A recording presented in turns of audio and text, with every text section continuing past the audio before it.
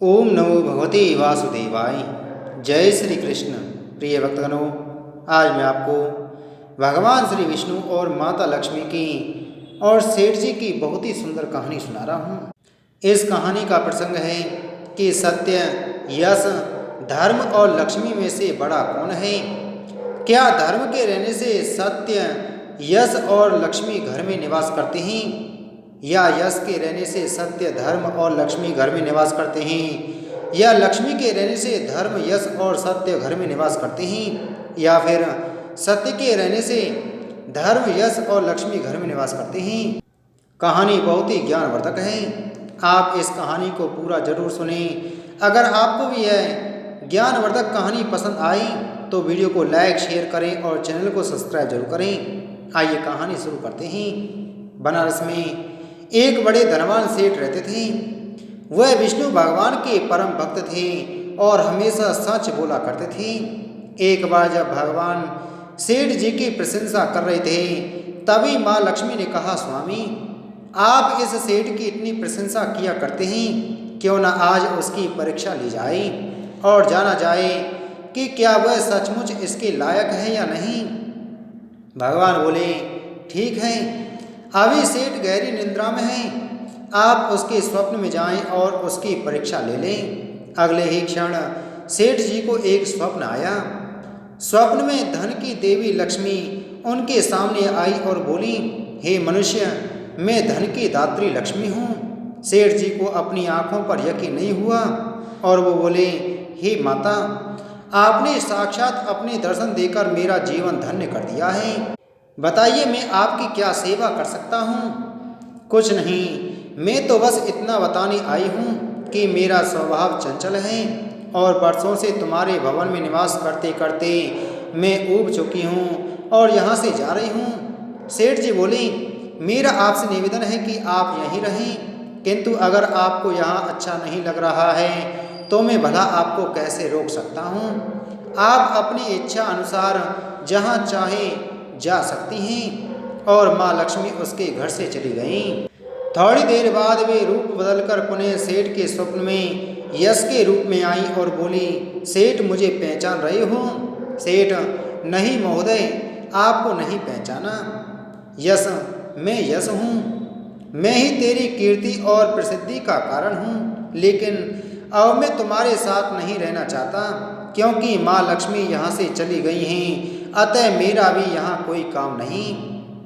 सेठ जी ने कहा, ठीक है, यदि आप भी जाना चाहते हैं तो वही सही। सेठ जी अभी भी स्वप्न में ही थे और उन्होंने देखा कि वह दरिद्र हो गए हैं और धीरे धीरे उनके सारे रिश्तेदार व मित्र भी उनसे दूर हो गए हैं। यहाँ तक कि जो लोग उनका गुणगान किया करते थे वो भी अब बुराई करने लगे हैं। कुछ और समय बीतने पर माँ लक्ष्मी धर्म का रूप धारण कर पुनः सेठ के स्वप्न में आई और बोली, मैं धर्म हूँ माँ लक्ष्मी, और यश के जाने के बाद मैं भी इस दरिद्रता में तुम्हारा साथ नहीं दे सकता, मैं जा रहा हूँ। जैसी आपकी इच्छा, सेठ जी ने उत्तर दिया और धर्म भी वहाँ से चला गया। कुछ और समय बीत जाने पर माँ लक्ष्मी सत्य के रूप में स्वप्न में प्रकट हुई और बोली, मैं सत्य हूँ। लक्ष्मी, यश और धर्म के जाने के बाद अब मैं भी यहाँ से जाना चाहता हूँ। ऐसा सुन सेठ जी ने तुरंत सत्य के पांव पकड़ लिए और बोले, हे महाराज, मैं आपको नहीं जाने दूंगा। भले ही सब मेरा साथ छोड़ दें, मुझे त्याग दें, पर कृपा आप ऐसा मत करिए। सत्य के बिना मैं एक क्षण भी नहीं रह सकता। यदि आप चले जाएंगे तो मैं तत्काल ही अपने प्राण त्याग दूंगा। लेकिन तुमने बाकी तीनों को बड़ी आसानी से जान दिया, उन्हें क्यों नहीं रोका? सत्य ने प्रश्न किया।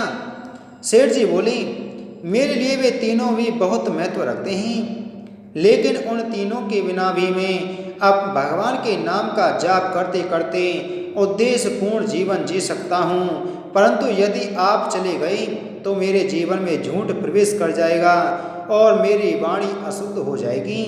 भला ऐसी वाणी से मैं अपने भगवान की वंदना कैसे कर सकूँगा? मैं तो किसी भी कीमत पर आपके बिना नहीं रह सकता।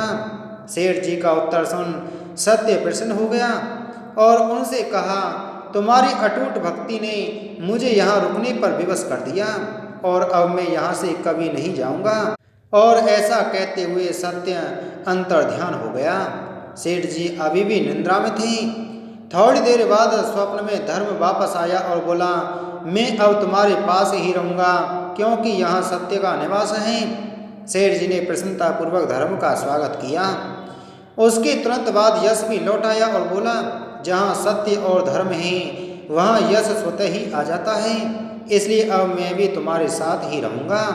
सेठ जी ने यश की भी भाव भगत की और अंत में माँ लक्ष्मी आई। उन्हें देखते ही सेठ जी नतमस्तक होकर बोले, हे देवी, क्या आप भी पुनः मुझ पर कृपा करेंगी? अवश्य, जहाँ सत्य धर्म और यश हों वहाँ मेरा वास निश्चित है, माँ लक्ष्मी ने उत्तर दिया। यह सुनते ही सेठ जी की नींद खुल गई। उन्हें यह सब स्वप्न लगा, पर वास्तविकता में वह एक कड़ी परीक्षा से उत्तीर्ण होकर निकले थे। प्रिय भक्तगणों, हमें भी हमेशा याद रखना चाहिए कि जहाँ सत्य का निवास होता है वहाँ यश धर्म और लक्ष्मी का निवास स्वतः ही हो जाता है। सत्य है तो सिद्धि प्रसिद्धि और समृद्धि है। पूरी कहानी सुनने के लिए आप सभी का बहुत बहुत धन्यवाद। बोलो लक्ष्मी माता की जय, बोलो विष्णु भगवान की जय।